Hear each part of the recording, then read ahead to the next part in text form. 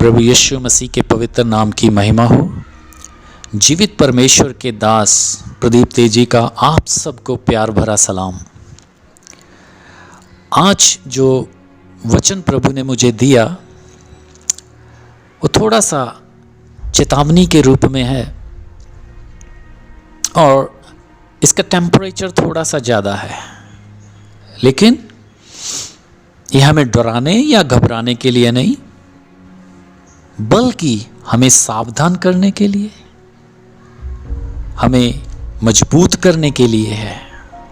तो इसलिए दोस्तों, इस संदेश के द्वारा आप प्रभु की आवाज़ को सुने कि प्रभु हमसे इन दिनों में क्या कह रहा है, विशेष तौर पे उसके वचन को लेकर के।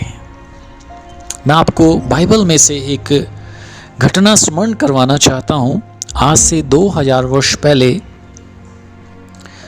जब प्रभु यीशु मसीह इस पृथ्वी पर थे, और इस घटना का जिक्र मत्ती 9 अध्याय उसके 35 वचन से 38 वचन में हम पढ़ते हैं। और यहाँ पे लिखा है कि एक बहुत बड़ी भीड़ प्रभु यीशु मसीह के पास आई, और जब प्रभु यीशु ने 36 वचन में लिखा है उस भीड़ को देखा तो वो तरस से भर गया। प्रभु यीशु को उनके ऊपर बहुत तरस आ गया। क्यों? आगे उसका रीजन लिखा हुआ है, क्योंकि वे उन भेड़ों के समान जिनका कोई रखवाला ना हो, व्याकुल और भटके हुए से थे। दोस्तों, सुना आपने? यीशु मसीह को तरस आया क्योंकि वे व्याकुल थे, भटके हुए थे, और ऐसी कंडीशन थी उसकी कि कोई उनका सहारा रखवाला नहीं था। इसलिए प्रभु ने उस तरस भरे हृदय से अपने चेलों से कहा 37 वचन में, पके खेत तो बहुत हैं पर मजदूर थोड़े हैं। और प्रभु उनसे बोल रहा है अपने चेलों से, क्या 38 वचन में क्या बोल रहा है वो, कि खेत के स्वामी से विनती करो कि वह अपने खेत काटने के लिए मजदूर भेज दे। अब आप ध्यान दीजिएगा इस बात के ऊपर। जब परमेश्वर ने लोगों की परिस्थिति को देखा तो उसे तरस आया, और उसने ये प्रार्थना करने के लिए बोला कि और मजदूरों के लिए। और दोस्तों, 2000 वर्ष के बाद आज जब हम देखते हैं तो आज परिस्थितियां जो हैं वो पूरी तरह से बदल चुकी हैं। आज मजदूर थोड़े नहीं हैं। आप देख रहे हैं, कंपेयर करें उस समय मजदूर बहुत थोड़े थे। आज फसल बहुत ज़्यादा है, फसल पक चुकी है, ये भी सही है, लेकिन आज मजदूरों की कमी नहीं है। आज तो मजदूर बहुत ज़्यादा हो गए हैं, और मैं इसके लिए दुखी नहीं हूँ। मैं बहुत खुश हूँ कि परमेश्वर का काम बहुत ज़्यादा हो रहा है, और होना भी चाहिए। यही तो हम प्रार्थना करते आ रहे थे, और यही तो हम प्रार्थना कर भी रहे हैं कि परमेश्वर का राज्य इस पृथ्वी पे बढ़े। लेकिन दुख इस बात का है कि कुछ लोग अपने आप इस काम में आ गए हैं जिन्हें कि बुलाया नहीं गया है। मत्ती 22 अध्याय उसके 14 वचन में लिखा है, क्योंकि बुलाए हुए तो बहुत हैं परंतु चुने हुए थोड़े हैं। अगर आज इस वचन को पवित्र आत्मा मुझे लिखने के लिए बोलता तो शायद ये कुछ इस तरह से लिखा जाना था कि बिन बुलाए तो बहुत हैं परंतु बुलाए हुए थोड़े और चुने हुए तो नामात्र हैं। आप समझ रहे मैं क्या कहना चाह रहा हूं? प्रभु के दास दासियां बहुत हो गए हैं, मुझे इससे कोई तकलीफ नहीं है, मैं बहुत खुश हूं। मुझे तकलीफ और दुख इस बात से है कि वो लोग जिन्हें परमेश्वर ने बुलाया ही नहीं है, वो आकर के परमेश्वर की सेवकाई में लग गए हैं, और परमेश्वर की भेड़ों को, परमेश्वर के लोगों को वो अपने स्वार्थ के लिए उनका जो है नाजायज फायदा उठा रहे हैं, लूट रहे हैं उन लोगों को वो लोग। सुनिए तो इस समय में पवित्र आत्मा हमसे क्या कह रहा है, सुनिए उसकी आवाज को। अगर सच में प्रभु ने हमें अपनी सेवा के लिए बुलाया है तो हमारे जुबान पे एक ही नाम होगा, यीशु मसीह का। और हमारे होठों से अगर कुछ निकलेगा तो प्रभु के वचन, अर्थात हमें सिर्फ प्रभु के वचनों का प्रचार करना है। लेकिन मैं बहुत ही दुखी हृदय के साथ कह रहा हूं कि बहुत से लोग प्रभु के वचन का प्रचार छोड़कर अपने आप का, अपनी सेवकाई का, अपने अनुभवों का, अपने दर्शनों का, स्वप्नों का, प्रकाशनों का, उपलब्धियों का, अपनी योजनाओं, रणनीतियों का, यहां तक कि अपने धर्म विज्ञान का वो प्रचार कर रहे हैं। और अगर इस संदेश को सुनते वक्त आप में से भी कोई जन इन्हीं चीजों का प्रचार कर रहा है तो आप सावधान हो जाइए, सावधान हो जाइए प्रभु के लोगों, प्रभु की कलीसिया, प्रभु के दास दासियों। परमेश्वर ने हमें इस संसार में सुसमाचार सुनाने के लिए चुना है। परमेश्वर ने हमारे होठों को अभिषेक किया है कि हम उसके पवित्र वचनों का प्रचार करें। परमेश्वर ने हमें लुभाने वाली बातें, कथा कहानियां, परमेश्वर ने हमें चुटकुले सुनाने के लिए नहीं चुना है। अगर आपको ये सब काम करने हैं तो मैं आपको सलाह देता हूं एक, अगर आप चुटकुले सुनाने से हट नहीं सकते हैं तो जाइए किसी कॉमेडी शो को ज्वाइन कर लीजिए।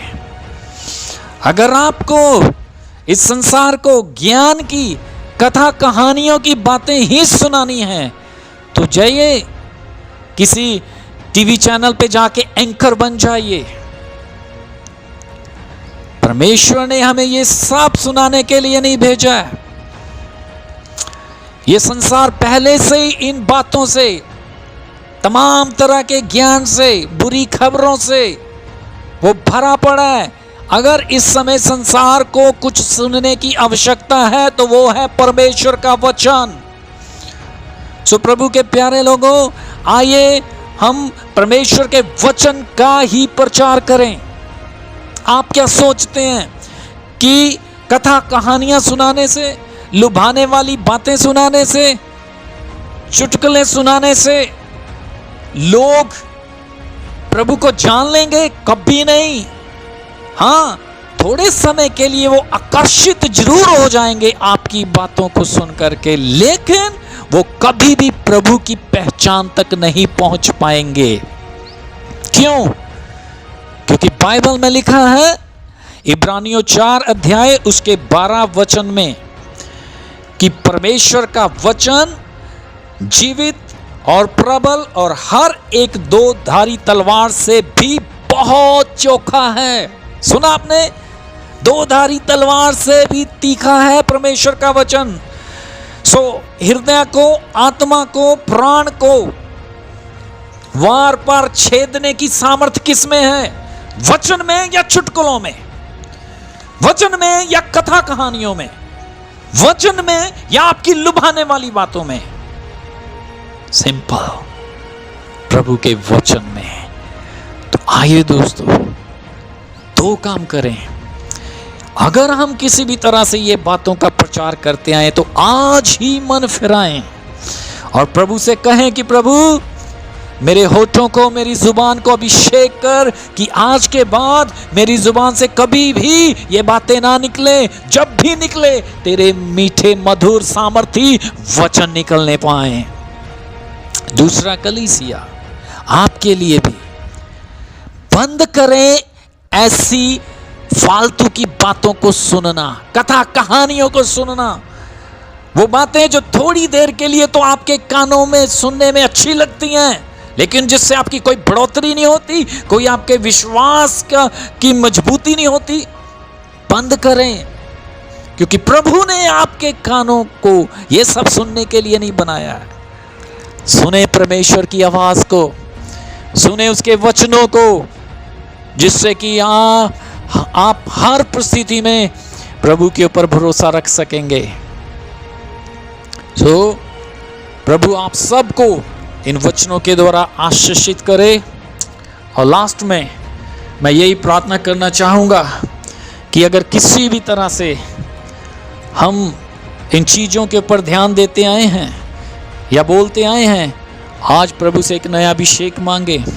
और मैं आपके लिए जरूर प्रार्थना करना चाहूँगा कि प्रभु अभी इस संदेश को सुनते समय आपको पवित्र आत्मा से अभिषेक करे। ले पवित्र आत्मा की आग को। हालेलुया। मेरे पिता, मेरे परमेश्वर यीशु मसीह के नाम से मैं हर एक अपनी बहन के लिए, मैं अपने हर एक भाई के लिए, तेरे पवित्र दास दासियों के लिए, जो भी मेरे प्रभु तेरी सेवा करने का जज्बा रखते हैं, जो तेरी सेवा करना चाहते हैं, प्रभु नहीं मालूम क्या बोलना है, कई बार नहीं मालूम क्या कहना है, ऐसे में हे पवित्र आत्मा आज से इस संदेश को सुनते वक्त तेरा अभिषेक तेरे लोगों के ऊपर उतरने पाए, तेरी सामर्थ इनके ऊपर उतरने पाए, हम सब के ऊपर उतरने पाए। प्रभु तेरे पवित्र आत्मा की अग्नि हड्डियों में जलने पाए। हो मेरे परमेश्वर, इनके सर की चोटी से लेके पांव के तलवों तक अभिषेक की नदियां बहने पाए। प्रभु हमारे मिट्टी के होठों को, मेरे प्रभु हमारी जुबान को तू अभिषेक कर कि हमारे होठों से, हमारी जुबान से प्रचार हो तो यीशु मसीह का प्रचार हो, उसके वचनों का प्रचार हो, और इस संसार में प्रभु हम सदा तेरे सुसमाचार को सुनाते रहें और तेरी महिमा होती रहे। मेरे प्रभु अभिषेक करें, एक एक को अभिषेक करें। मेरे भाई बहनों रिसीव करें, उसके अभिषेक करो। मैं विश्वास करता हूं जब आप इसे रिसीव करेंगे, आज के बाद आप कभी भी अपना प्रचार नहीं करेंगे, अपने ज्ञान का प्रचार नहीं करेंगे, अपने अनुभवों का, स्वप्नों का, दर्शनों का प्रचार नहीं करेंगे, लेकिन आज के बाद आप प्रचार करेंगे यीशु मसीह का, जो क्रूस के ऊपर चढ़ाया गया था, जो मृतकों में से जी उठा, जो फिर से आने वाला यीशु है। और हमें यही करना है। रिसीव करें, पवित्र आत्मा की संगति में रहें, उसके अभिषेक में बने रहें। वो आपको सामर्थ देगा, वो आपको अभिषेक देगा और आप ऊंचा करेंगे मेरे यीशु का नाम, और होगा भी उसी का नाम ऊंचा। मैं विश्वास करता हूं दोस्तों, आपने इस संदेश के द्वारा जरूर आशीष पाई है। हमारा एक ही काम है, यीशु मसीह का प्रचार करना। तो आइए आज से यही करें। God bless you.